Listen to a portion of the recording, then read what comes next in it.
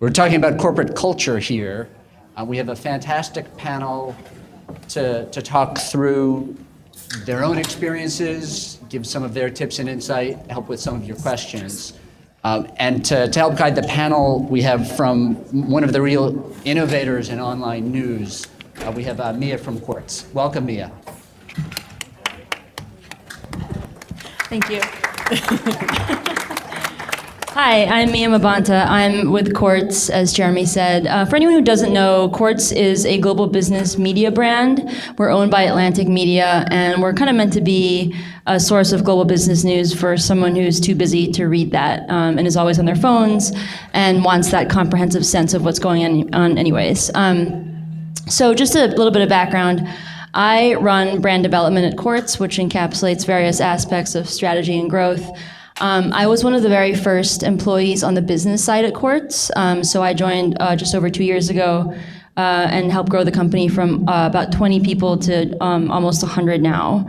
I've also been a part of companies that have been 10,000 plus people and actually helped start another company that was acquired by Morningstar last year, so was number 2 employee there. So for me, culture is a near and dear topic, and I'm really, really excited to talk about that with our panelists today. Really great group, very diverse set of backgrounds. So I'll let you guys go ahead and introduce yourself before we kick off here. My name is Amanda Hesser. I am co-founder and CEO of Food 52. Hi, I'm Chantel Waterbury, founder and CEO of Chloe and Isabel. Hi, I'm Shauna May. I'm founder and CEO of AHAlife. Great. So before we really dive into this, let's do a quick just snapshot lightning round. If you guys had to think of 3 words that you think really embody each of your cultures, what would they be? Amanda? Okay, great. Transparency, collaborative, or transparent, collaborative, and this is a few words, but I put hyphens between them, so I'm going to count it as one. All hands on deck. Mm-hmm. Passionate, innovative, and kind. Okay, our words are story, because we believe in telling the story behind the artisans that we support on AHAlife. Quality, we think that there's too much things in the world, so we want to only focus on things that have excellent quality. And the third one is probably creativity, because our mission statement as a company is to protect and celebrate creativity. Great. So I know you guys are all a few years into your companies. So, those are some words that encapsulate your cultures today. Let's rewind it back to the very, very early days when you guys were just getting started, writing business plans. A lot's going on at that time. You're looking for funding, you're looking to hire. Was culture a factor at all when you were at, the very bottom? And if so, what did that look like? What was your vision? I can start if you want. I wasn't honestly even thinking about culture at that point, because you're busy thinking about, whether it's raising money or coming up with your business plan, and you're fine-tuning things or just thinking about things. And for me, the culture really came after we started making the hires and started building the team. And at least at Chloe and Isabel, the words that I referenced, passionate, innovative, and kind, which I can go into those separately if it makes sense to, but those became the reasons why we let people go. So that's really kind of for us, like, at what point did I start thinking about culture? When you realize that you're building a team and people might not be fitting, you're trying to understand why aren't they fitting? And you start to realize this is actually incredibly important to make a hire, is to define that culture so that you are making great fits for your company. Yeah, I would add to that, and I think a lot of founders that I talk to in early stage, when you first start, you're like culture schmulture, you kind of don't think about it that seriously. And I used to work for a large corporation on Wall Street where culture was so emphasized that you almost kind of have this like cheese factor aftertaste in your mouth. But as you sort of expand and grow your company, you realize more and more so how critically important it is. And I think a big part of it for us was, how do we take our mission statement and actually what we do as a company and how we actually communicate our mission to our consumers, to also the sellers that are selling on our marketplace, and how do we actually bring that into the internal culture? And it takes a lot of time for us to really kind of tune that and fine-tune that and figure out how to bake it into the work processes and how we actually interact with each other. So when we were starting our company, our site is a community, it's community-based, and so we were very focused on how do we build a great community, and like what does that mean? Like how do we do things differently? And so, one of the things that the way we looked at community was like, we don't have a community, we are the community. And so like everyone who works for us is a member of the community, and we are active participants in the community. And so like being very sort of personal and giving a sense of behind the scenes, which again led to our transparency, which was also influenced by other things which I'll get into. And focusing on like high quality content. Those were the things that we were fixated on at that time, but they all kind of fed into what I now think of as our internal company culture. And the transparency aspect was something that was, I think, very near and dear to me, especially, and I think Meryl cares about tremendously as well. It came, I think, my interest in it came from working at the New York Times, which is this fabled institution. It has, it definitely has a strong culture, and many aspects of it are great. But transparency, it's funny because journalists are obsessed with transparency and getting the people they're interviewing to tell the truth. But as an organization, because they're so the separation between church and state, between journalists and the business side, is so important to them that there was no transparency between the two. And as an editor and writer, which is the side I was on, it's very infantilizing when you don't know how the business that you're working for works. And there were sort of, because you weren't supposed to know about the business side, all of these incredibly great journalists wouldn't ask any questions. And so I really don't know how the New York Times makes money. And I worked there for 11 years. I would write stories and there would be a full page ad on the other side of the magazine, and I have no idea what we were paid for that, or who sold it, or how they sold it. And I didn't like that. And it's, it's infantilizing. It's, it kind of limits you as a team member, because you feel so what happens at the Times in their cultures, they get you really, you get obsessed with the institution and caring about the institution as opposed to understanding it as a business, which is, I think, why a lot of, it's been hard on the newsroom as the Times has gone through a lot of problems, because they just don't understand what the problems are, because they don't really have the information. And so I think having come from that and really not liked it, I feel like it's really important for everybody, from our office manager, to our editors, to our business development people, to understand exactly how our business works. We show everyone our financials. We go through next week we're going to show. We just got our budget approved by our board. We're going to show that to the whole team. Answer any questions.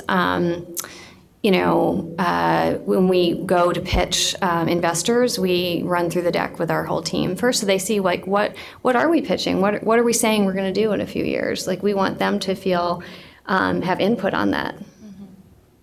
Great. So kind of following up on that, it sounds like you had a pretty clear sense from your past experience that transparency was definitely something you wanted to be a cornerstone of your culture.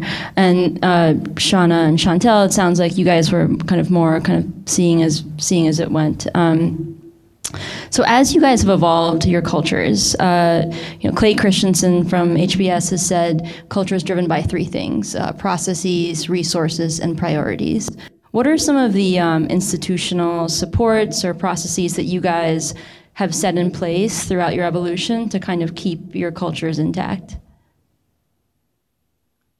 I mean, one thing we have a very flat culture, and that's something I did actually, I guess based on past experience, I always felt like it's important to work in an organization that's extremely flat, and everyone, no matter how many years of experience you have or what title you necessarily have, you feel like you can contribute.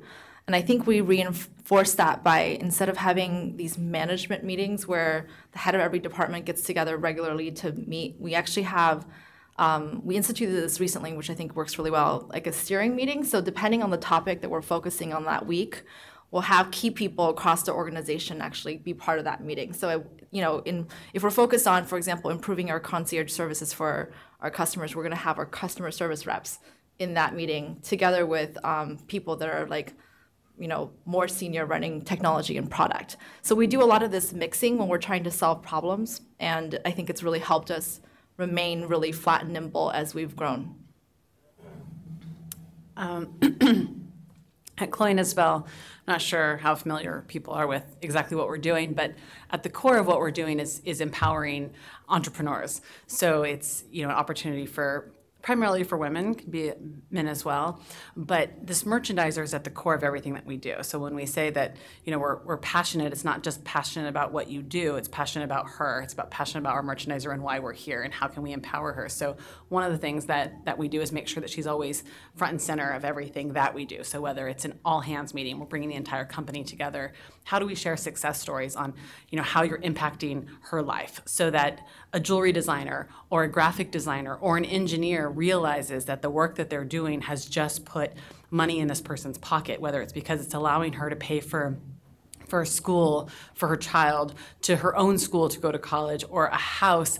And we see so many different things that they're accomplishing through their efforts at Chloe and Isabel, but it's so important that you realize with everything that you're doing, you're impacting this person's life. And if you're not constantly putting her in front of every employee, it's hard to remain passionate and kind as you're going through that focus. I mean, obviously the innovation is celebrating innovative ideas. How do you take different people within your organization and make sure you're celebrating how they were thinking out of the box because you're trying to do something that maybe someone hasn't done before. So I think that recognition is an important way, just depending on what's the reinforcement you're trying to get for the action. But I mean, at the end of the day, for us, it's all about this merchandiser and making sure that we're constantly putting her in the middle of everything that we're doing.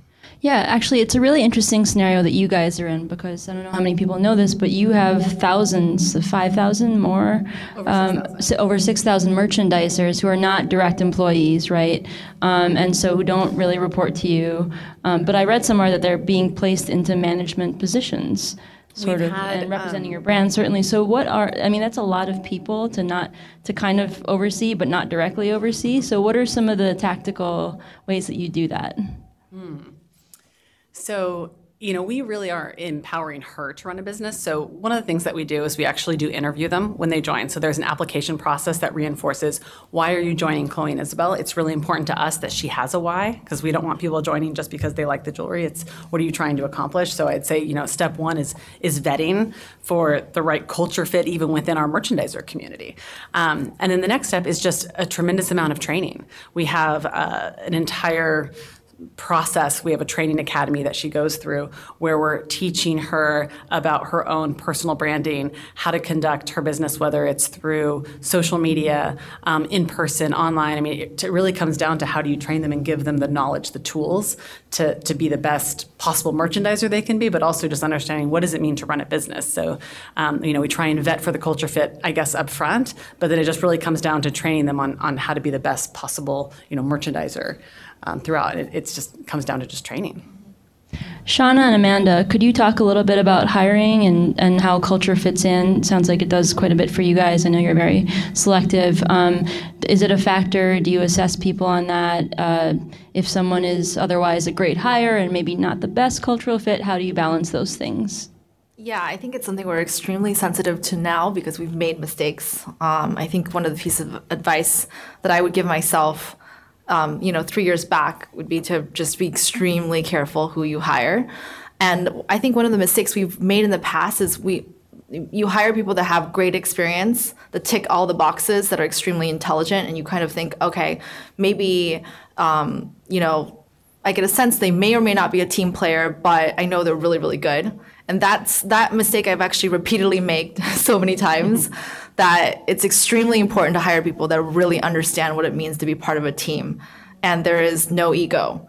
And, we demonstrate that every day as the management team, but I actually surprise myself how many times I've made that mistake. So I think it's pretty important now, like I think about it all the time, because sometimes the people that interview the best often aren't necessarily the best people that actually operate in your company. So that's one of the trickiest things that I'm still learning how to siphon that out. People that say the right things, that are really great at interviewing, oftentimes, sometimes, not always, aren't necessarily team players. And I think that's actually pretty critical. That everything she said is so true. I'm gonna have to hop up on that one because this is actually what she said is so important. We have created an interview process that is so insane because of this reason. I get romanced by resumes, and not so much anymore. I used to get romanced by resumes. I'm like, oh my God, they look amazing on paper. And then you meet them and they seem amazing, but they end up not working out and you're scratching your head, why didn't this work out? And a big part of it is because they're either not a collaborator, they're not really passionate about what your business is. Be really careful that you're vetting for it. Do they care about what you are doing? Like I've had people join who are really passionate about e-commerce. Well, we're not really e-commerce per se. So making sure you're really understanding that. You just can't interview enough. Like I will put them through so many now. And if it's a senior hire, it's like 6 interviews. We're gonna have lunch, we're gonna have dinner, now we're gonna have breakfast, then we're gonna have dinner again. Like we're just gonna keep going at this because I do not want to be wrong. Because what also can happen, which maybe you've experienced, is then you don't fire them fast enough, which creates even more damage. It's amazing to me how if you know like where there's smoke, there's fire. If your gut is saying something's not right about this person, just cut it. Like you'll never regret firing someone too quickly, ever, ever. And it's amazing how one person can really become a cancer in an organization. It's so bad. All it takes is one. All it takes is that one, and you'll never forget it. Yeah. But everything you say is so true. I'm like feeling all sorts of pain because that I've been through. Speak. And that you could just get. It's painful. It's really a terrible thing. But I also feel like. I think that in some businesses it can be especially tough. Like, I feel like we're lucky because we're a food site. Like, we're something that like people, not everyone, but many people feel very passionate about.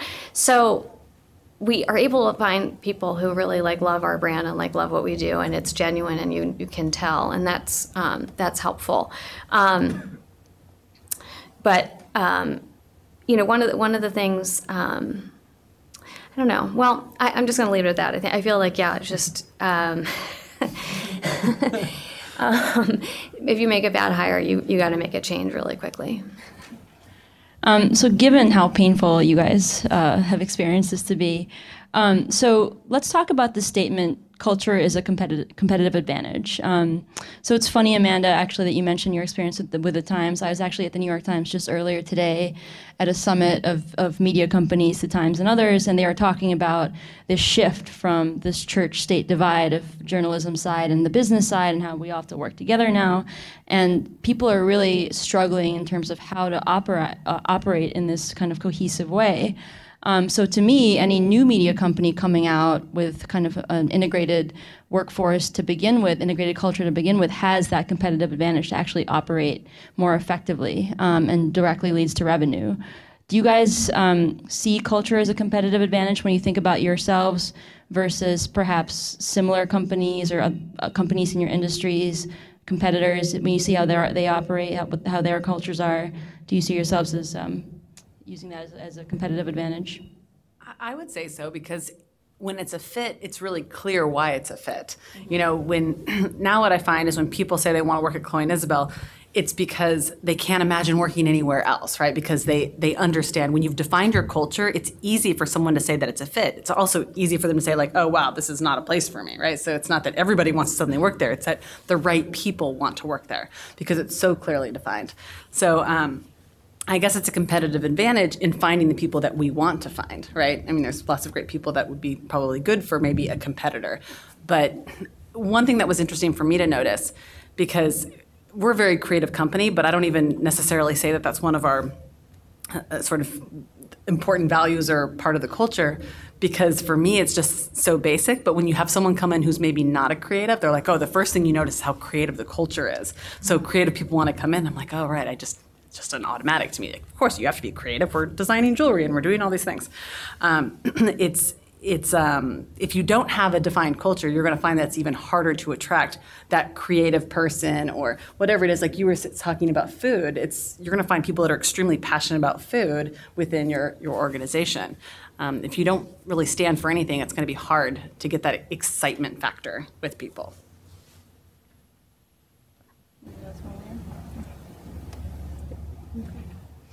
Let's see here.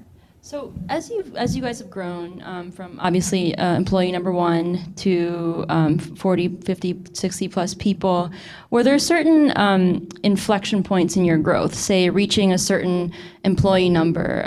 When Quartz reached about 50, things started to feel a little bit different. We couldn't celebrate everyone's birthday in the same way that we used to without it feeling a little bit too forced and cupcakes in the conference room sort of thing. So, small things like that. But were there certain points, inflection points, where either reaching a certain employee count or maybe expanding into global regions, as you have, Shauna, where you had to maybe shift a little bit the way that you were operating culturally, expand, maybe leave some aspects behind?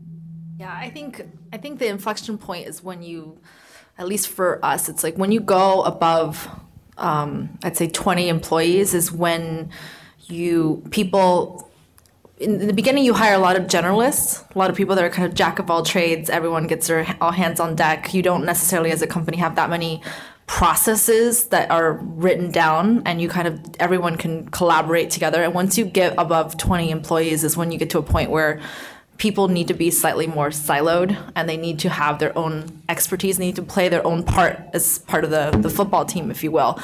And that transition is hard because there were a lot of people that were with me in the very, very beginning that kind of didn't make it as we continued to grow because, they couldn't adapt to the fact that their scope might be more limited as the company grows. So that's one thing I think definitely happens as you continue to grow. Another thing I was going to share is we actually had to do we actually grew really, really rapidly and set up 2 different divisions in my company. One on sort of focus on AHAlife.com and one actually working with media companies because we were approached by a lot of media companies to help them go into e-commerce because they're writing about products but you can't buy them.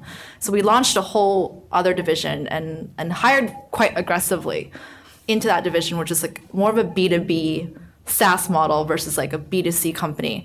And, we learned the tough lesson that we actually couldn't do both for multiple reasons. There were 2 different types of cultures on both the teams that worked on both, as well as it was too much to handle for a small company. We ended up having to do a fairly large restructuring, and actually shutting down division, which resulted in obviously letting go of employees. And that happened at the beginning of 2014 for me. So that actually I've learned so much from that experience.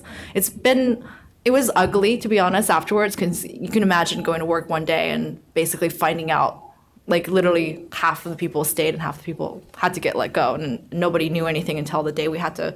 And there's no easy way to do a restructuring, and you actually have to do it all at once.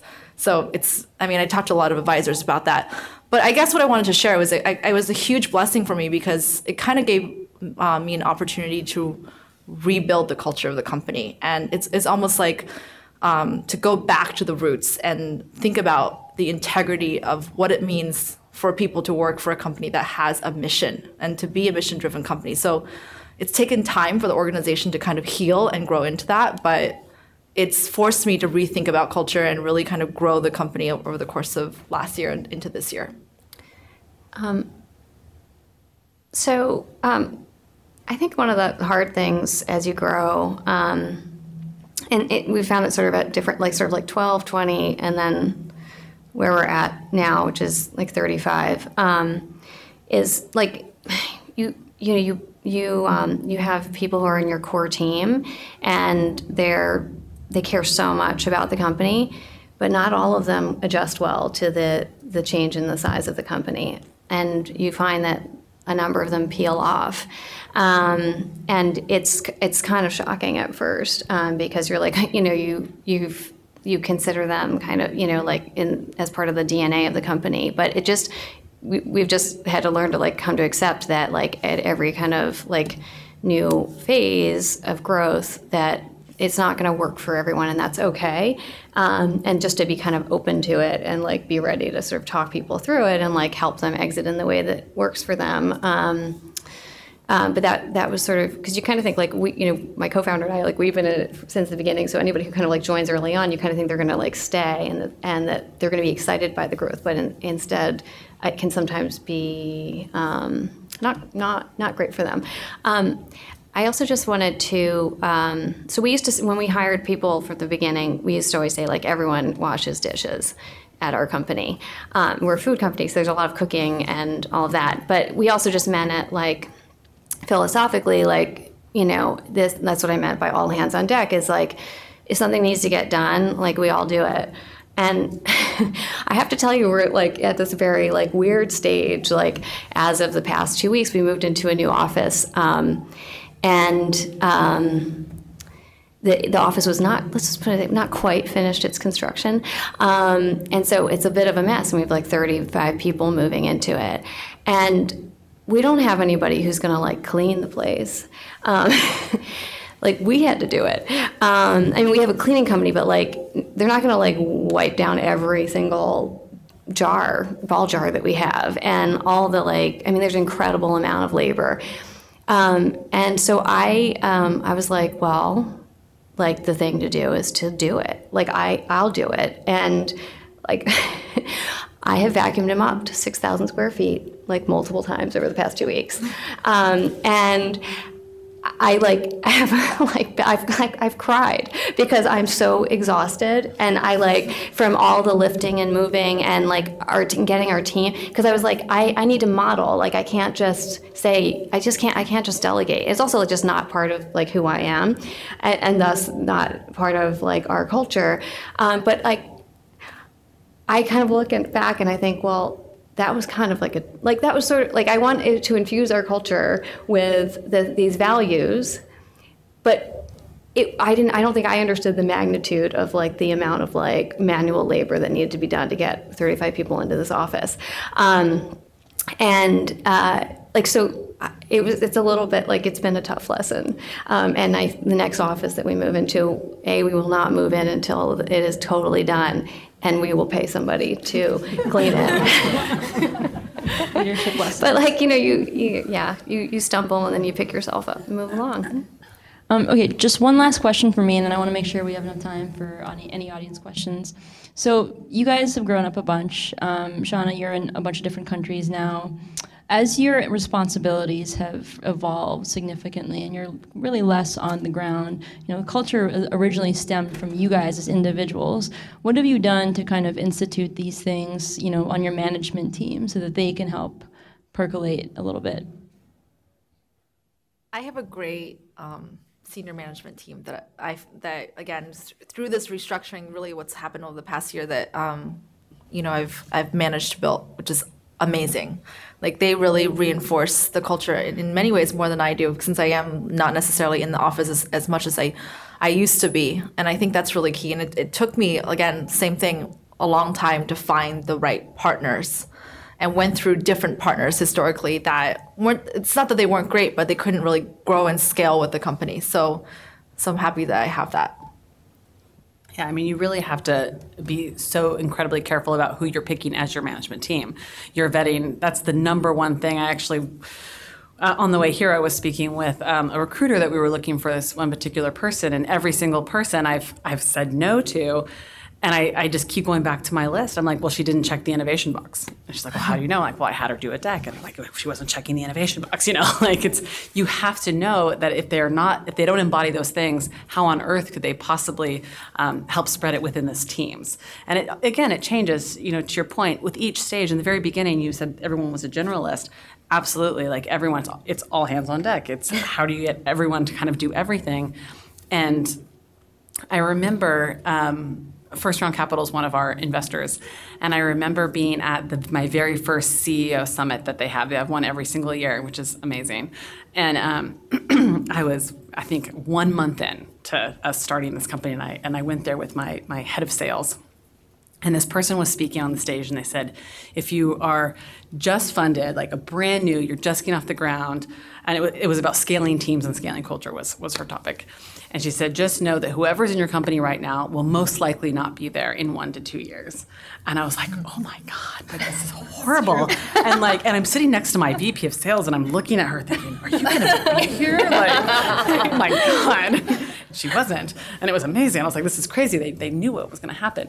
But it's okay. Like, it's a horrible thought at first, but there's a different kind of person that you're going to begin your company with versus all of a sudden especially when you're doing different rounds of fundraising, and it just opens the door so wide in terms of who you can bring onto your company. But you also, to your point, have this opportunity to start to define your culture and realize maybe who wasn't that perfect fit, and those key managers or whatever level they are. They're the ones that are going to help embody that and enforce it and help hire for it and every day. And you just have to make sure that you're making very clear. I mean, I actually tell them in the interview, here are the values. Like, how are you going to embody these values? Because you're depending on them to keep it going. So one of the other words I said was collaborative. And I think that it's really important to,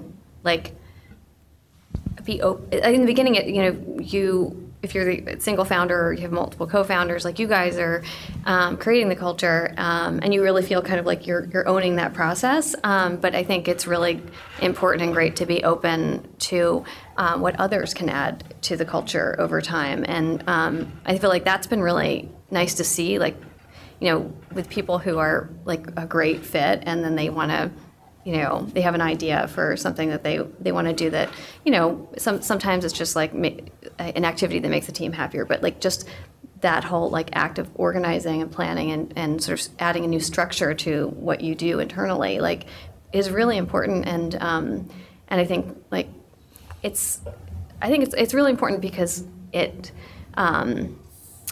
so that it's not a top-down culture. Yeah. Great. Yep. So, just wondering, what kind of culture building exercises do you do, and what have you personally learned? I don't know if this is a culture building exercise, but we do. I mean, outside of the things I was talking about around the merchandiser, because I think it's one of the objectives that every person in our company has is how can you make the merchandiser front and center in everything you do. So if you're in marketing and you're creating a lookbook, how can you inject the merchandiser into it? So it's literally a part of our objectives, but putting that aside, making sure that you're getting everyone together where they can even recognize that they all are a part of this sort of same DNA. So we have a thing in the very beginning, we did celebrate every single birthday. It was amazing. It felt like every day we were blowing out a cake. Then it turned into, and we also did happy hours. So we had happy hours and birthday parties. It was, all these things you can do when you're 10 people or 20 people. And now we're around 85. And so now it's, okay, we're going to have Thirsty Birthday. So we combined Thirsty Thursday with birthday parties, and it's it's one day a month, and we celebrate everyone's birthdays in February. And we take time at those moments where we get everyone together, I think, to whether it's share stories, there's something great about being a part of building something. It's not like working in, I've worked from Macy's and Gap and LVMH and all these companies that were great companies, but there's something very different when everyone is a part of building it, and when you see them get together, and I watch my jewelry designers, hanging out, eating pizza and having a beer with an engineer, there's just something really special about watching them all come together, that they do totally different things, but we're all here to serve the same person and the same purpose. So I think getting them out of their normal setting to all interact is just in itself building that kind of culture. We do something called company snack time that is once every 6 weeks, and the sort of consistent thread is that it involves eating and drinking, but we let it kind of take different forms and shapes. Sometimes there's an issue that we all want to talk about, or sometimes it's a brainstorm. Or sometimes we add on a cocktail competition, and I think that just having a way for people to come together, feel at ease, mix with other teams is, it's been a great thing, and especially the brainstorming stuff has always produced fantastic especially, like people are drinking, they're a little bit like more open about their ideas and willing to toss one out there. And I feel like that has been kind of, we don't want them to all be productive. Like we want them to sometimes just be like about hanging out and fun. Because we feel like if everyone had to have like a topic, it would feel like eating your vegetables. It's like we want people to feel like they can get together and just like be totally at ease with each other. I think that's important.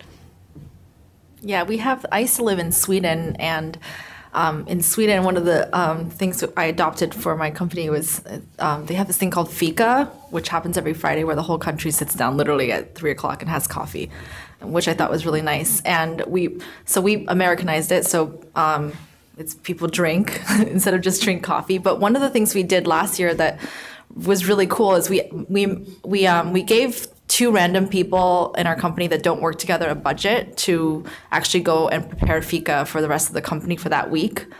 And I was really surprised. One, it was great to just, again, match an engineer with like, an editor, but people got like really competitive.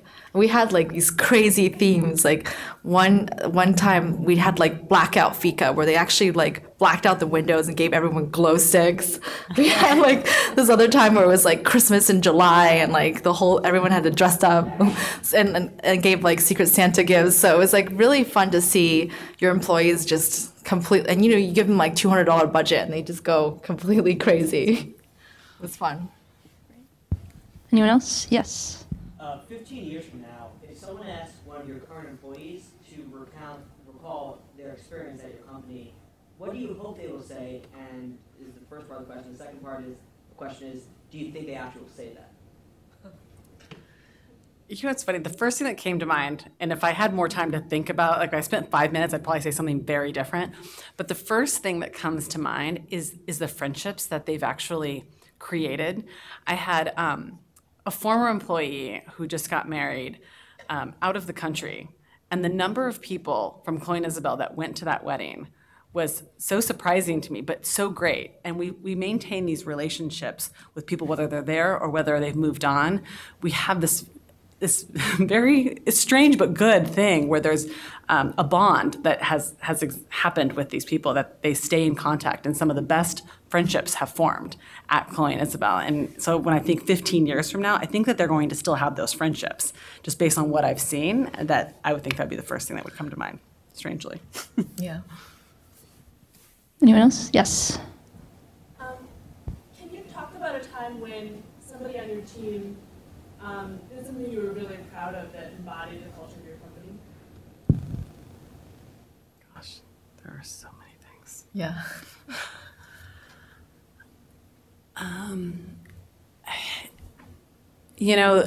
Because the merchandiser is so visible to everyone in our company, like we have private Facebook pages, we have all these different platforms in which they can communicate. But I would say the things that people have gone above and beyond for a merchandiser, if they have a need, they will kind of stop everything. And there's one person that comes to mind who's head of our customer care and merch support.